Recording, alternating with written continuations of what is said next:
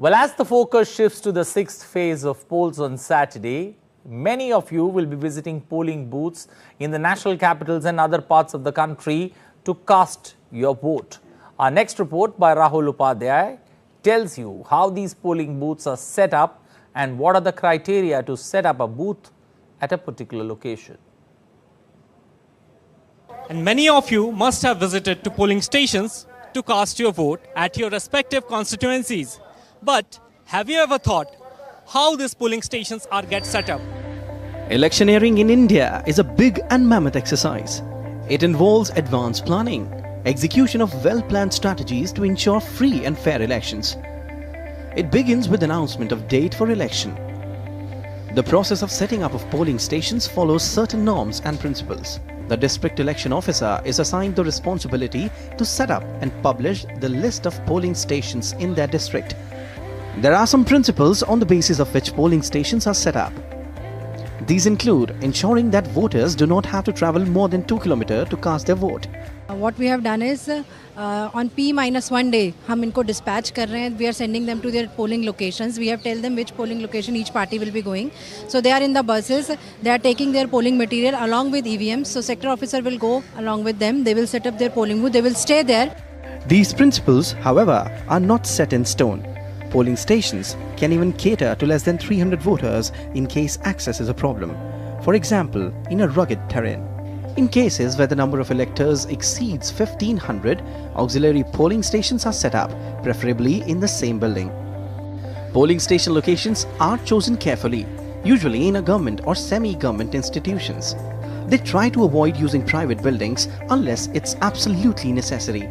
Polling stations are equipped with adequate shade structures like tents, canopies or umbrellas, seating, cooling devices like fans, proper ventilation, drinking water and ORS.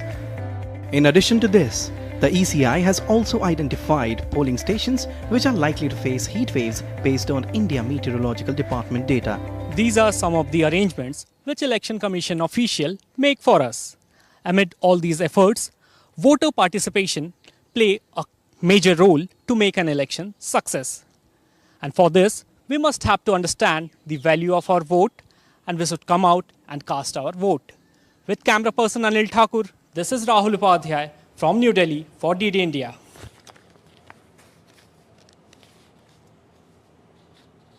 Well, we are just 2 steps away from this election of 2024, India's parliamentary elections getting over. We've had a look at the eastern part of India in phase 6. Remember, the south, the west, the elections are over and now. There is no state left in either of the regions that we are looking at elections for 2024. So our focus is primarily now going to be the north and the east. We've had a look at east yesterday. Our look today is going to be in the northern part of India in phase 6 of election. So where all in the north are we seeing elections? 1 seat in Anantnag that shifted from phase 3 to phase 6. So that's one addition.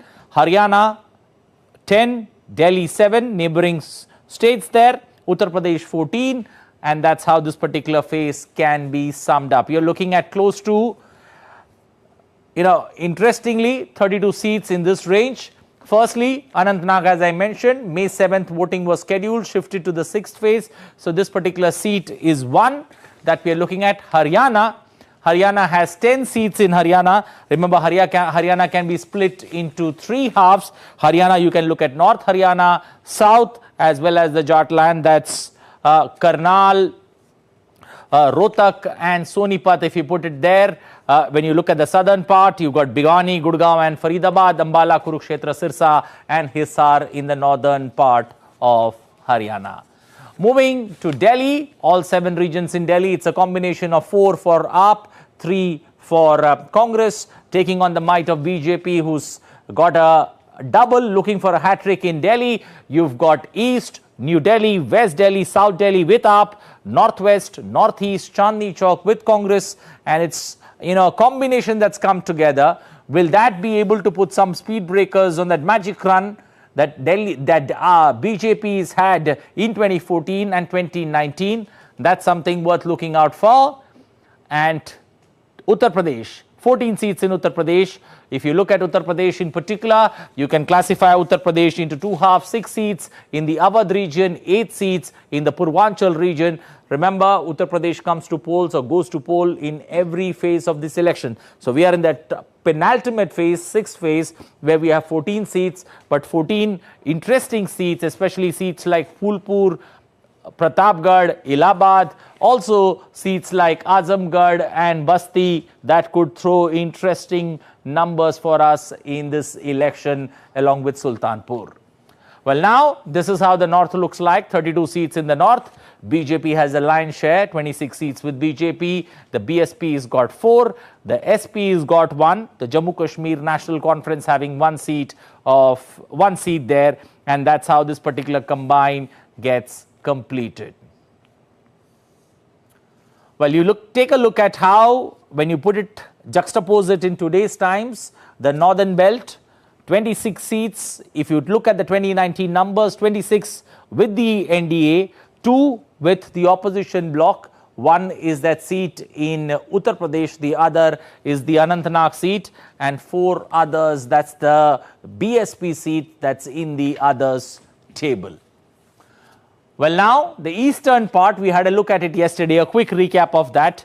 In the east, there are 26 seats, 19 with the NDA, the BJP, the primary driver there, and others, you've got 4 seats, that's with the Trinamool Congress, 3 seats from others forming this particular table here in the eastern part of India. So finally, the 58 seats, take a look. It's BJP that's defending more, 45 seats. So it's a big, just like that first phase that we were looking at. This is an important phase for the BJP. They have 45 seats in this particular phase. Others, then, the drivers with 11 seats.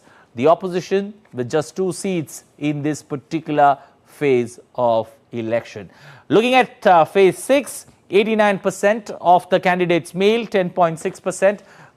A marginal drop in the percentage of females fighting elections in this phase as compared to the 5th phase, but then to encouraging numbers.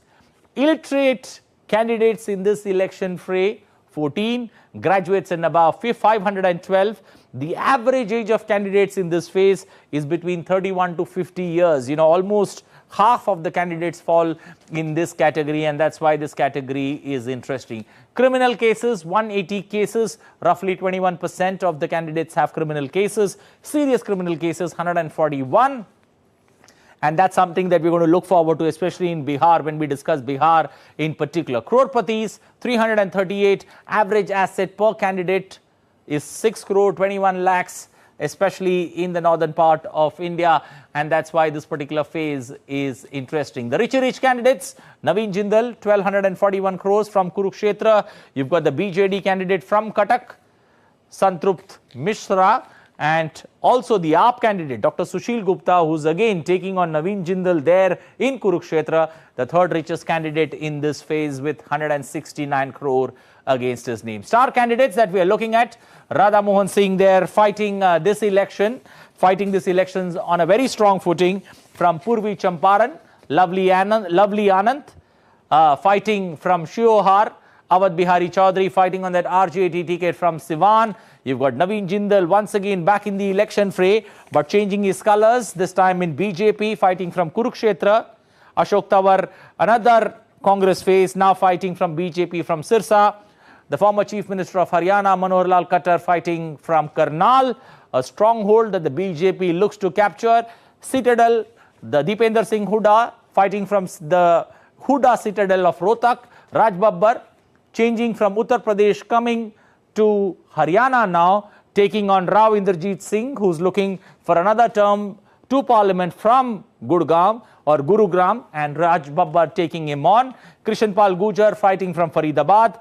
Abhay Singh Chautala, INLD and JJP both, it's an offshoot of the other, but Abhay Singh Chautala now trying to reclaim that glory, fighting from Kurukshetra this particular election. Mehbooba Mufti fighting from Anantnag Rajouri, another interesting candidate, that could, especially looking at how this particular election has moved, could throw some interesting numbers. Manoj Tiwari, Northeast Delhi, Basuri, Swaraj, Sushma Swaraj's daughter making a political debut, fighting from the New Delhi seat. Sambit Patra fighting from Puri in Odisha. Dharmendra Pradhan making his political debut in Lok Sabha elections, fighting this particular elections from Sambalpur.